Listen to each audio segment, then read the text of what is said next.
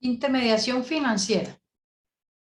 Entraremos a detallar los principales hitos de la evolución de las políticas de intermediación financiera en Colombia y sus consecuencias.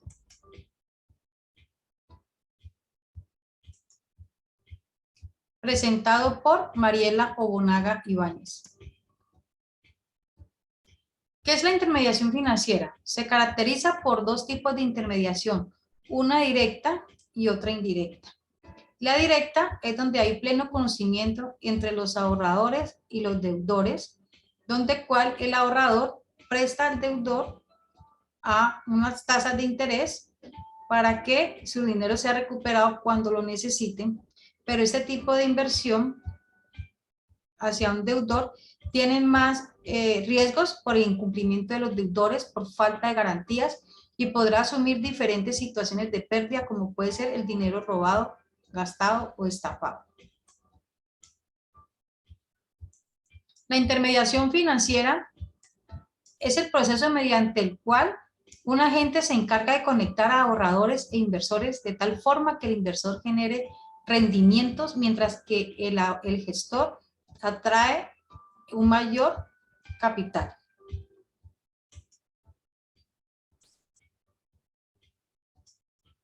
La intermediación financiera indirecta. Tenemos el agente deficitario, el intermediario financiero, que es el banco, y el agente superavitario.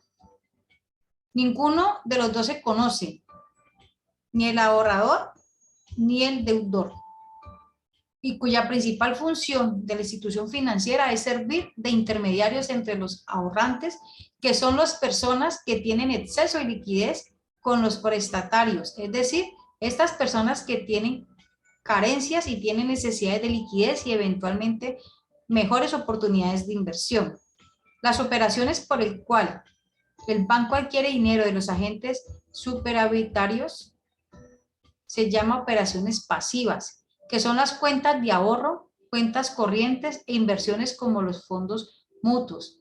Y las operaciones por medio del cual el banco presta dinero a los agentes deficitarios se llama operaciones activas, que son los créditos, préstamos, leasing y todos los demás tipos de financiamiento que el banco ofrece. La diferencia entre la tasa activa menos la tasa pasiva es lo que se conoce como la ganancia del intermediario por su trabajo de intermediación. Como primer punto, vamos a ver los antecedentes del sistema financiero en Colombia. En contexto, la crisis financiera se origina a partir de la década de los 90 hasta la actualidad debido a la liberación financiera y el incremento de las entradas de capital, lo que causó una significativa expansión monetaria y de crédito estimulado un mayor gasto público y privado. La reducción de tasas de ahorro público y privado, generando un déficit de cuenta corriente que se amplió. La demanda de bienes no transables se amplió. Finca raíz, compras de activos fijos, llevando un incremento en el crédito interno y en el precio de los activos, como también a una apreciación real del peso colombiano. Como segundo punto, sistema financiero a principios de los 90. Concentraba la mayoría de sus créditos en plazos a un año o menores, limitando la financiación de largo plazo a las entidades hipotecarias. Las entidades hipotecarias promovían préstamos a largo plazo para la construcción y compra de vivienda, como elemento de una estrategia orientada a promover la construcción como sector líder de la economía. Las entidades hipotecarias gozaban de algunos privilegios como intermediarios financieros autorizados para ofrecer depósitos de ahorro con tasas de interés reales no negativas, acceso especial permanente sin restricción a facilidades automáticas del Banco Central en caso de caídas inesperadas de depósitos. En requerimientos de capital eran menores que los de los intermediarios.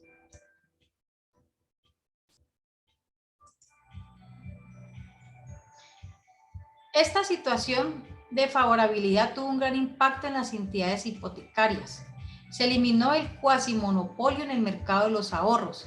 Se permitió a otros intermediarios captar depósitos de ahorro a tasas reales no negativas. Se igualaron las condiciones de acceso a todos los intermediarios a los cuales los préstamos de última instancia, eliminación de facilidades automáticas en el Banco Central para las entidades financieras hipotecarias. El aumento de la competencia llevó a mayores costos de fondeo y a fondos menos estables en las entidades hipotecarias.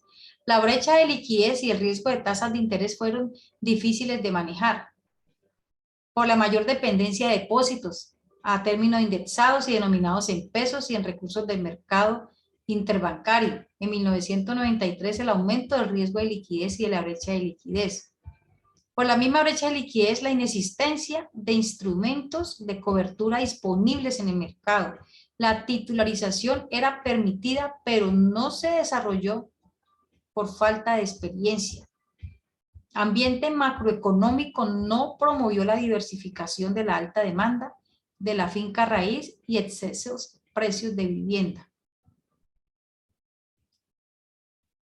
Los mercados hipotecarios de vivienda y las entidades hipotecarias adoptaron esquemas de amortización más riesgosos, tipo subprime. La falta de evaluación apropiada de los préstamos hipotecarios incrementó su exposición al riesgo crediticio. La indexación de las tasas de préstamo hipotecario a las tasas de interés del mercado de ETF redujeron la exposición de las entidades hipotecarias al riesgo de tasas de interés a expensas de un mayor riesgo de crédito. Como tercer punto, crisis financiera en Colombia. En 1997 y 1999 se produjo una reversión de los flujos de capital y un deterioro de los términos de intercambio. El producto cayó más del 4% en 1999 y los precios de finca raíz se contrajeron en un 27%. Que llevó a una fuerte reducción del gasto agregado y a la eliminación de un déficit de cuenta corriente. Y para ese producto que cayó más del 4% en el 99 y en la finca que contrajo más del 27%, se vieron en términos reales. La reversión de los flujos de capital afectó al sistema financiero a través de la reducción de la liquidez con el consecuente incremento de sus costos de fondeo. El aumento de las tasas reales de interés acunado a la caída en términos reales de los precios de la finca raíz. Argumentaron la carga financiera de los hogares, incrementando el monto de la cartera vencida y afectando los índices de solvencia de los intermediarios financieros. Otras entidades financieras quedaron debilitadas por un largo periodo y fueron sujetas a un proceso de consolidación. Una de las mayores entidades hipotecarias privadas y una importante entidad hipotecaria pública sufrieron quiebras. Por eso lo llevaron a un proceso de consolidación. El aumento de la percepción del riesgo del crédito o llevó a los intermediarios financieros a modificar su composición de portafolio hacia los títulos de gobierno. Para entidades hipotecarias, ¿cómo actuó el gobierno? ¿Qué políticas implementó? Se suministró liquidez a través de los mecanismos de prestamista de última instancia y del Banco Central. Programa de ayuda a deudores que no estaban en mora a través de préstamos en condiciones favorables. La entidad hipotecaria privada que entró en quiebra fue intervenida por el gobierno, nacionalizada y por último vendida en el 2005. La entidad hipotecaria pública que entró en quiebra fue liquidada por el gobierno. Se crearon agencias especializadas para vender los activos de las entidades en liquidación. No se les permitió a las entidades hipotecarias continuar con sus propios modelos de amortización por ser demasiado riesgoso. La Corte Constitucional, ¿qué dijo? Que adoptó medidas de regulación de todos los temas financieros. Redujo las tasas de interés sobre préstamos vigentes. Modificó la fórmula de indexación de la tasa de interés para los préstamos hipotecarios. desvinculándola de la tasa de interés de mercado y la relacionó exclusivamente con la tasa de inflación conservada. Medidas que tomó el Banco de la República.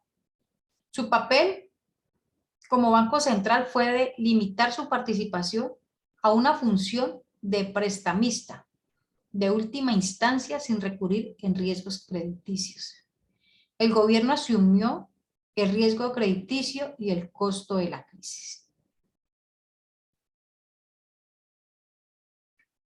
Hasta aquí la intermediación financiera.